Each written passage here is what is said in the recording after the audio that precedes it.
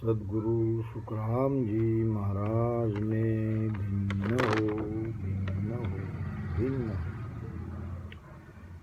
ज्ञान कते बाणी पड़े हो करसी अर्थ अनेक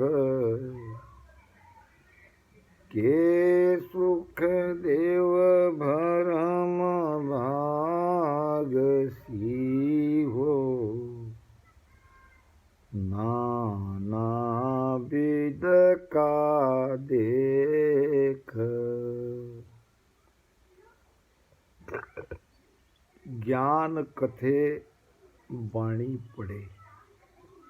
ज्ञान का कथन करना, वाणी को पढ़ना, ये अच्छी बात है, मगर केवल पढ़ते ही रहेंगे, ज्ञान ही देते रहेंगे तो इससे हमारा उद्धार नहीं होगा। हमारे भीतर जो भ्रम है वो भ्रम दूर नहीं होगा। चार पांच साखी कही पद गाया दस दोए दरिया कारज ना सरे पेट भराई होए। दरिया साहब ने भी कहा है, चार पांच साखी 10-12 पद कहीं बोल दिया, कह दिया, इससे क्या होगा? इससे तो पेट भराई होगी, महिमा होगी। ज्ञान कथने से, ग्रंथों का पठन करने से महिमा जरूर होगी। बहुत अच्छा बोले, मगर ये तो केवल पेट भराई है, इससे कारज पूरा नहीं होने वाला है। अब कारज पूरा कब होगा? क्या कारज करना है? हम यहाँ क्यों आए हैं? ये मनुष्य शरीर हमें क्यों मिला है? तो महाराज कहते हैं कि सांसों सांस रटो आ रसना राम भजन को दीनी। ये रसना हमें राम भजन के लिए दिए। अब सांसों सांस में रटन करो।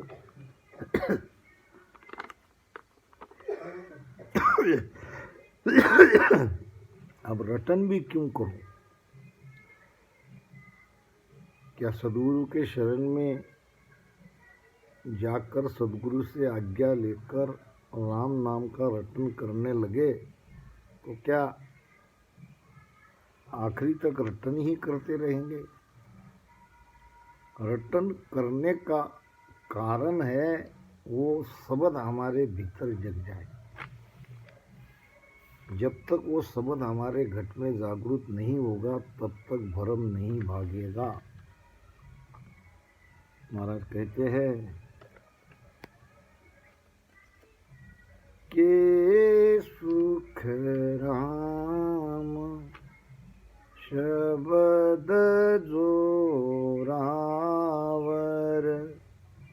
पाया सुपत आवे बिन पाया नर कहे बहु तेरो दिल का भर मन गावे हो संतो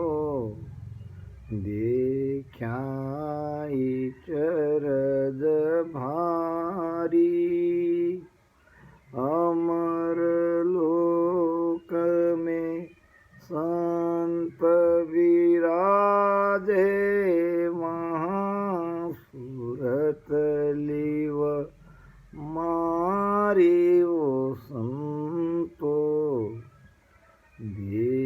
देख्याई चरज भारी।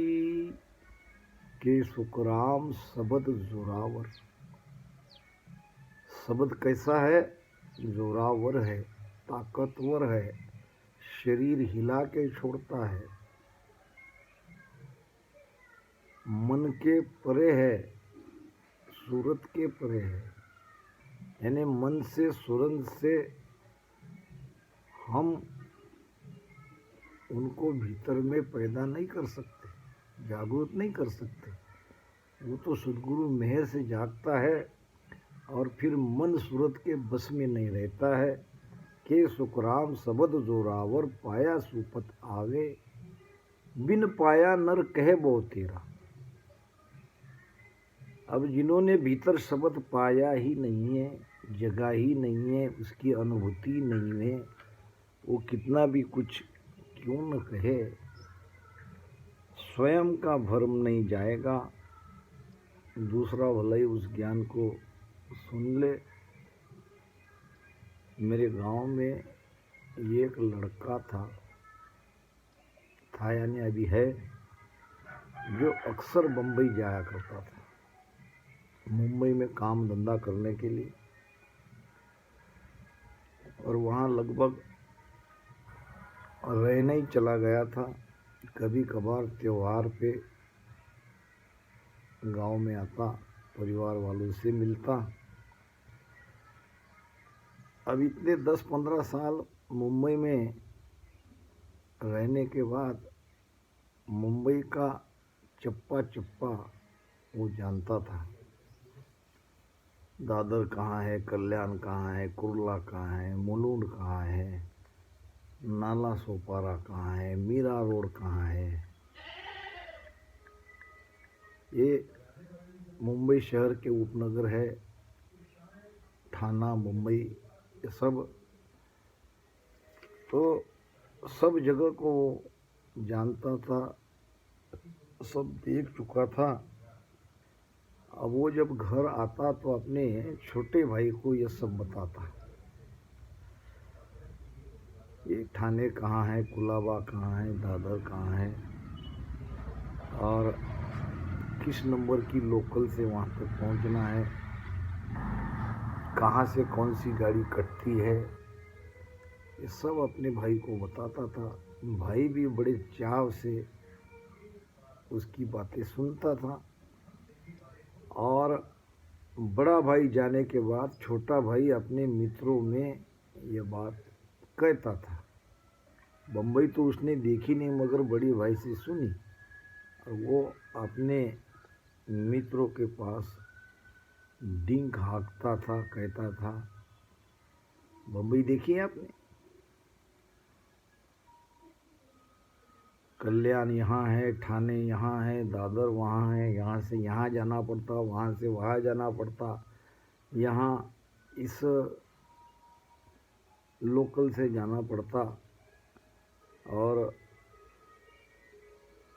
समुद्र ऐसा है, ऐसा वगैरह वगैरह ऐसी बातें बड़े चाव से कहता था। सुनने वाले को लगता कि इसने बम्बई देख ली हो, तभी तो इतने ताकत से कहता है, इतने जोर लगा के कहता है। देखी हुई बात ही कोई कहेगा, और जो देखी नहीं है उसके बारे में ज़्यादा कुछ नहीं कह सकता। और कभी कभी बड़े भाई के सामने भी ये कहता तो बड़ा भाई बड़ा आश्चर्यचकित हो जाता, ये तो मेरे से भी ज़्यादा जानता है, ये तो ऐसा कह रहा है कि जैसे इसने सब बम्बई देखी हो। और मैं भी इतना वर्णन नहीं कर सकता, इतना वो एक्यूरेट हुबेहूब वर्णन बम्बई का कर रहा है। तो क्या वो बम्बई में पहुंच गया? क्या बम्बई में जाने का उसे आनंद मिला? नहीं मिलेगा। कितना भी कुछ मुंबई के और मुंबई के उपनगर के बारे में वो कह दे, मुंबई का आनंद तो तब आएगा जब वो जाएगा और हर जगह को देखेगा और देख कर कहेगा, तब मुंबई के बारे में जो अभी तक भ्रम था वो भ्रम दूर होगा। नहीं तो कह तो रहा है, वो वहाँ का वर्णन तो कर रहा है, मगर भीतर में वो भ्रम में है, उसने देखा नहीं है। बिन पाया नर कहे वो तेरा, दिल का भ्रम न जावे। देखा इचरज भारी, अमर लोक में संत विराजे, वहाँ सूरत लिव मारी। तो ध्यान में ऐसे इचरज की बातें, ध्यान की ये अनुभूतियाँ होनी चाहिए, तब जाएगा भरम। महाराज कहते हैं के सुखदेव भरम भाग सीहो, नाना विध का देख। ये नाना तरह के चैन पर्चे शब्द के द्वारा सुरती भीतर में जब देखती है तो भरम दूर होता है, तब तक भरम दूर नहीं होता। तन के बीच साईं, ताकि दिशा न जाय। तन के बीच साईं, ताकि दिशा न जाय। आठ पोहर सट घड़िया, सोरयो भटक जुग माय। सोरहे भटक जुग माय। तन के बीच साईं, ताकि दिशा न जाय।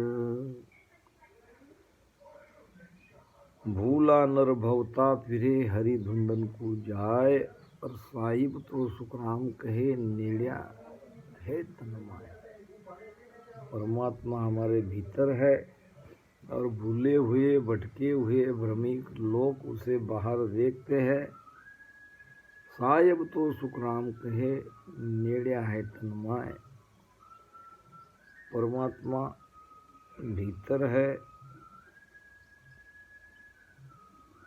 भर म्यो सब संसार यो, चीन सके नहीं मोह। हम अंतर में रम रया, बाहिर ढूंढे लोय। परमात्मा भीतर है। परमात्मा हमारी श्वासों में रम रहा है, और उसे वहाँ ढूंढने की बजाय हम तीर्थों में, व्रतों में, मंदिरों में, मस्जिदों में, गिरजा में, गुरुद्वारे में, रामद्वारे में उसे ढूंढ रहे हैं। वो वहाँ नहीं है। तन के बीच साईं, ताकि दिशा न जाए। जहाँ है वहाँ जाओ। मुहे सुन सुन आवे हासी, जो जल में मीन पियासी। यानी पानी में जैसे मछली प्यासी है, अब क्या पानी में मछली प्यासी रह सकती है? कबीर साहब कहते हैं कि ये सुन सुन के मुझे हंसी आती है। परमात्मा हमारे भीतर है। परमात्मा को पाना नहीं है, वो मिला हुआ ही है। केवल भीतर के पर्दों को हटाना है। घूंघट के पट खोल, तो हे पिया मिलेंगे। एक सेठ था। सेठ के पास अनमोल हीरा था, और वो अपने गांव जा रहा था ट्रेन से। किसी दूसरे शहर में आया होगा हीरा खरीदने। अब उन्हें हीरा खरीदने और अपने पास में हिफाजत से रखते हुए एक चोर ने देख लिया। अब वो चोर लग गया सेठ के पीछे। सेठ आया स्टेशन पे, अपनी टिकट निकाली और ट्रेन का इंतज़ार करने लगा। पीछे पीछे चोर भी आया। चोर ने भी उसी गाड़ी की टिकट निकाली और वो भी सेठ के बाजू में बैठ गया। कुछ देर बाद ट्रेन आई और सेठ जी जिस डिब्बे में बैठे उस डिब्बे में वो चोर भी बैठ गया। अब ट्रेन का सफ़र जब करते हैं तो तब जो हमारे डिब्बे में रहते हैं वो परिचित हो ही जाते हैं। तो चोर से सेठ जी का परिचित हुआ। बातों बातों में चोर ये जानने की कोशिश कर रहा था कि सेठ जी हीरा को कहाँ रखा है। बड़ा अट्टल चोर था। अब दिन तो चला गया, रात हो गई। भोजन आदि लेने के बाद सेठ जी सो गए और सेठ जी सोने के बाद चोर ने सेठ जी की बैग, सेठ जी की जेब पूरी टटोली। चोर आश्चर्यचकित हो गया, हीरा कहीं नहीं मिला। फिर सुबह हो गई, ढूंढते ढूंढते परेशान हो गए।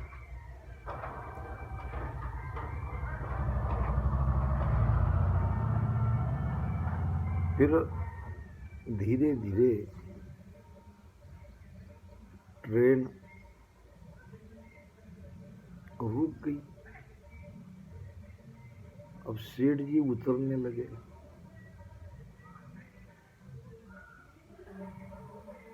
तो सेठ जी के पीछे पीछे चोर भी उतर गया। चोर ने कहा, सेठ जी मान गए, आज तक ऐसा नहीं हुआ। मैं आपका पीछा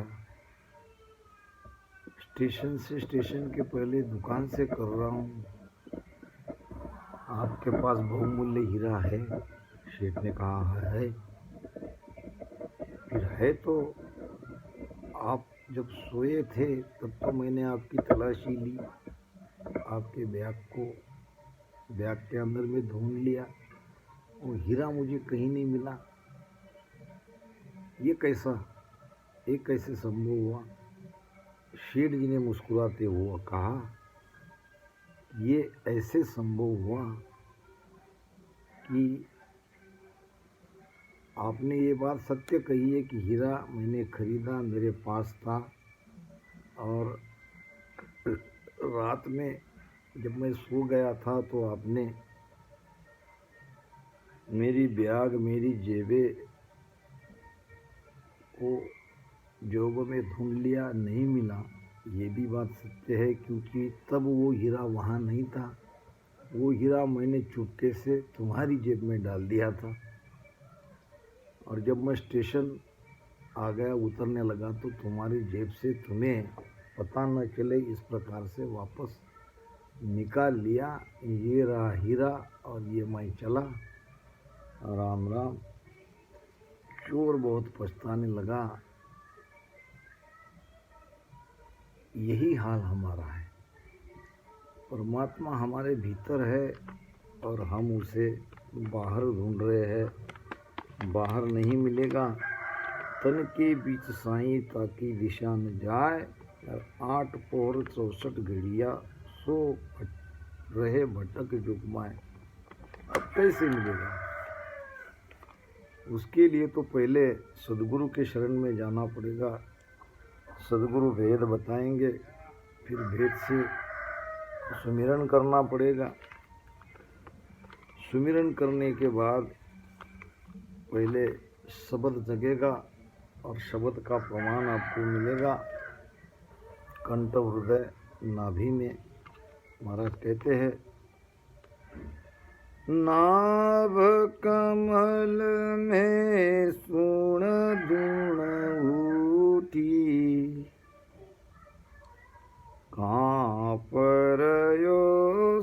सब ढील,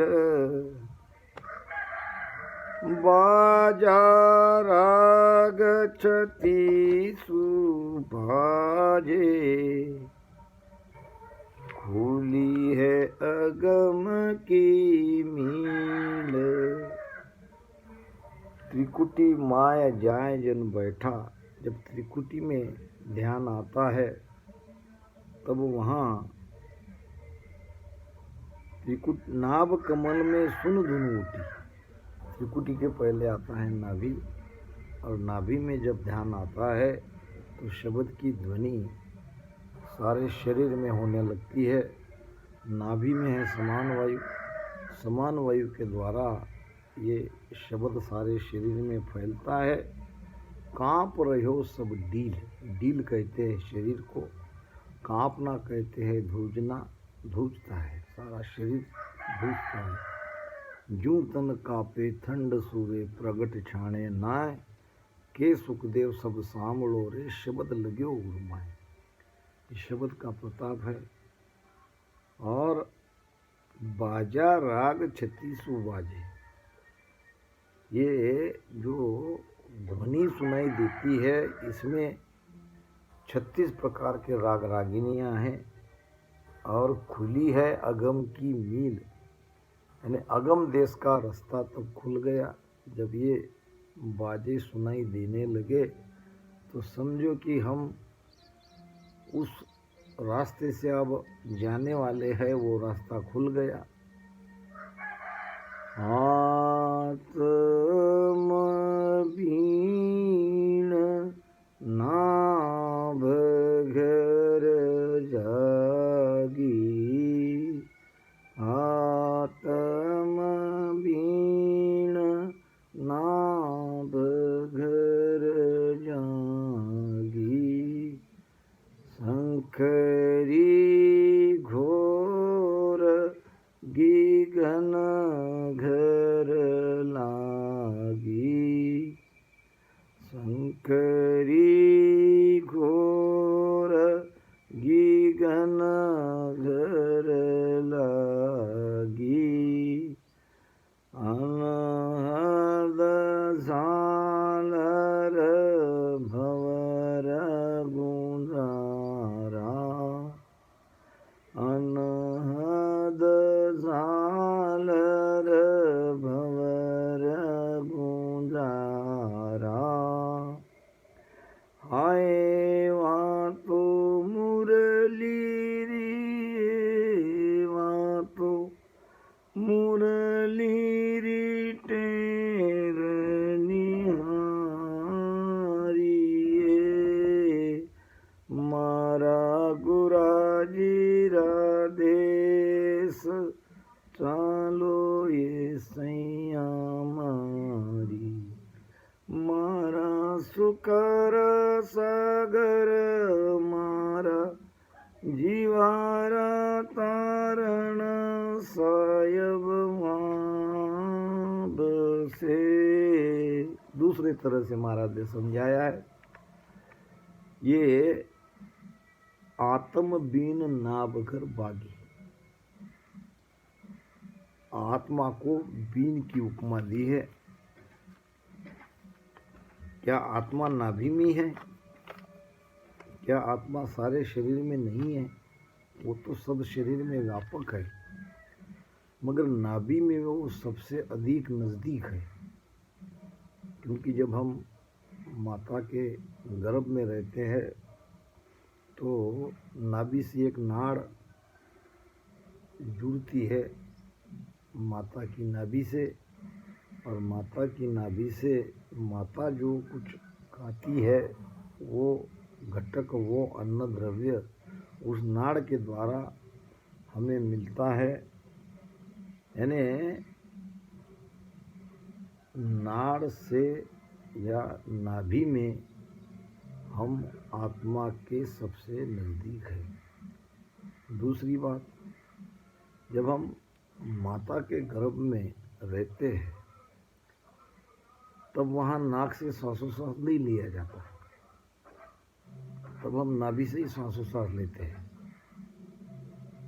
और फिर जब बाहर निकलते हैं तो एकाएक सांस उसास लेना भूल जाते हैं, तब छटपटाते हैं, तब रोते हैं, तब नाक से सांस उसास लेते हैं। यानी नाभि का स्थान आत्मा की सबसे नज़दीक है, इसलिए महाराज ने कहा है आत्म बीन नाभगर बाकी। अब ये बीन कैसे बगी? यहाँ भजन हो रहा है, ध्यान यहाँ है और सुनाई दे रहा है इस ब्रह्मांड में ऊपर शंकरी घोर गिगन घर लागी। ये शंकरी बाजे है, अब ये गरजने लगे हैं, ब्रह्मांड में गुंजार होने लगी है। भजन तो नीचे कर रहे हैं, धुन ऊपर सुनाई दे रही है। इसके ये नहीं समझ लेना कि हम वहाँ पहुँच गए, वो अब रास्ता खुल गया। हमको धीरे धीरे हमारी प्राण ऊर्जा को अरद और उरद के द्वारा उस खुले हुए रास्ते से यहाँ 10वें द्वार में लाना है। इसके लिए भजन करना ही पड़ेगा। अनहद झालर भंवर गुंजारा शब्द को भंवर की उपमा दी है। वो अनहद की ध्वनि वहाँ सुनाई पड़ रही है, झालर की आवाज़ वहाँ सुनाई दे रही है। हाँ, वहाँ तो मुरली की टेर निहारी है। अनहद के 10 प्रकार के बाजे इस प्रकार वहाँ सुनाई देते हैं। अब इसके आगे फिर आता है गुदा ब्रह्मा, फिर ये शेष कमल यानी कुंडलिनी नागिन, और उसको जगाने के बाद ये बंद कनाल से फिर मेरू, मेरू के बाद फिर आते हैं त्रिकुटी। त्रिकुटी माय जाय जन बैठा, तीन जोत जहाँ होय, के सुख राम नाद घर नावे, अनंत कलागत जोय। त्रिकुटी माय जाय जन बैठा, मेरू से त्रिकुटी में हमारा ध्यान आता है। प्राण ऊर्जा जब त्रिकुटी में पहुंचती है, त्रिकुटी का स्थान ये 2 भवों के बीच में है, अंदर में है। हद बेहद नर कहत है, मरम न जानी कोय, हम जानी सुखराम कहे, रहा संद पर सोए। यानी हद बेहद के जोड़ पे ये त्रिकुटी का स्थान है, अंदर में है। त्रिकुटी माय जाय जन बैठा, 3 जोत जहाँ होए। यहाँ मूलाधार से मेरु तक ये जो मेरुदंड कहते हैं, ये पूर्ण हमारी रीढ़ की हड्डी को, रीढ़ की हड्डी के अंदर में, ये सब स्थूल शरीर की बात नहीं है। स्थूल शरीर में जो सूक्ष्म शरीर है उसमें ये नाड़ियाँ है। नहीं तो डॉक्टर अगर ऑपरेशन करेगा और ईड़ा पिंगड़ा सुकमणा को खोजेगा तो कहीं नहीं मिलेगा।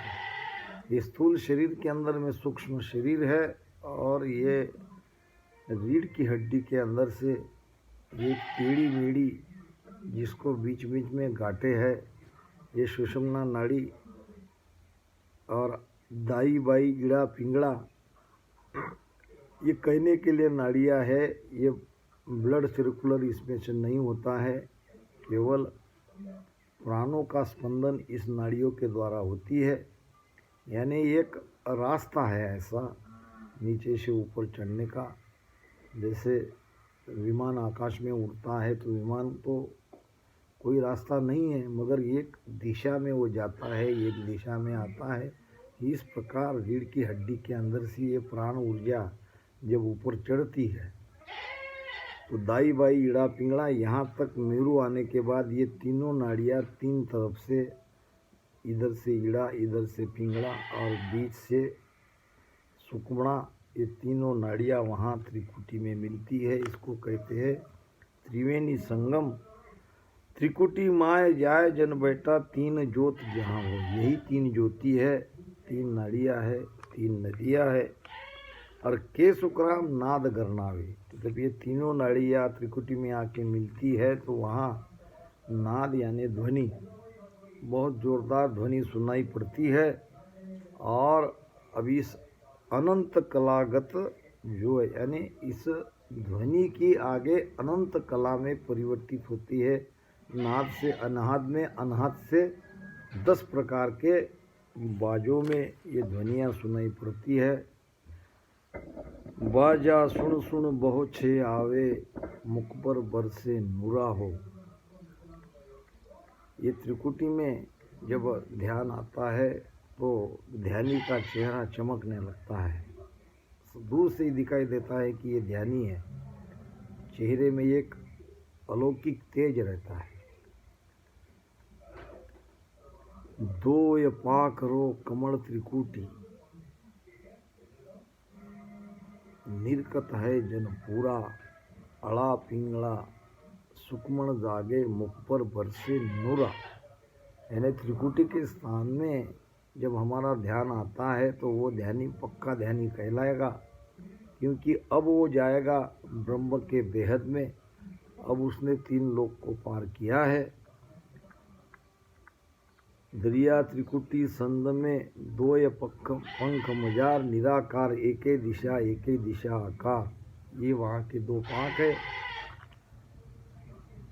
तो दोय पाकरो कमल त्रिकुटी, निर्कत है जन पूरा। अब उस पाक को निरखने वाला ध्यानी एक पूरा संत कहलाता है। अब वो तो त्रिकुटी में ध्यान आता है तो उसको साधु ही कहते हैं। तो पूरे साधु की उपमा उसे मिल जाती है। अड़ा पिंगला सुकमण नारी, मुख पर बरसे नूरा। तो तीनों नाड़िया का संगम वहाँ त्रिवेणी स्नान में वो रात दिन वो आनंद लेता है। बंकनाल होए ऊंचा जाओ, त्रिकुटी माय अनाहद बाओ, सुकमण गंग निसो दिन नाओ, हारे मन 10वें द्वार में पिल रे। इस प्रकार ये ध्यानी की भीतर की यात्रा सत्सबद के साथ ऐसे बढ़ती जाती है। इन्हीं शब्दों के साथ यहाँ वाणी को विराम देता हूँ। राम राम।